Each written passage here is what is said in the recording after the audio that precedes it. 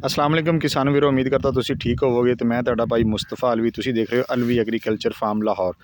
अज असीं जिस खेत दे विच मौजूद हैं, पूसा बासमती 1847 एक इनकलाबी वैरायटी है जिहदी मुंजर लंबी, तना मजबूत और गिरदी नहीं है।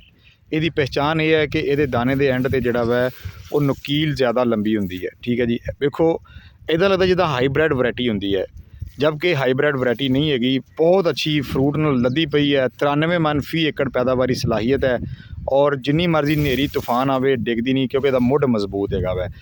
पूरे पाकिस्तान कैश ऑन डिलीवरी की सहूलत मौजूद है। जिस किसी भाई नूं इहदी सीड की जरूरत है वो पूरे पाकिस्तान चों कॉल करे, अपना TCS या अपना पोस्ट ऑफिस एड्रैस दसे, असीं उन्हां नूं ये वैरायटी उन्हां नूं भी खिलावांगे। एकड़ दे विच 6 तो 7 किलो सीड रिक्वायरमेंट है और बहुत अच्छी इनकलाबी वैरायटी है।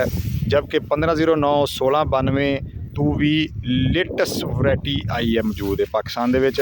ते किसान वीरां नूं चाहीदा है कि जिहड़ी लेटैसट वैरायटी है उन्हीं लाण। इनू किसी किस्म का झंडा रोग, किसी किस्म की बीमारी, किसी किस्म की चलसौ, किसी किस्म का फंगस नहीं आता। तो सब तो वड्डी गल है, नेरियां दे विच ये डिग्गी नहीं है। बेतहाशा लाहौर, गुजरांवाला, सियालकोट नेरियां आईयां, डिग्गी नहीं है। माशाअल्लाह बेहतरीन फसल तुहाडे सामने खड़ी है। वेखो जी किड्डी प्यारी फसल तुहाडे सामने खड़ी है। तो इहदा बीज मंगवाओ और ज़रूर काश्त करो।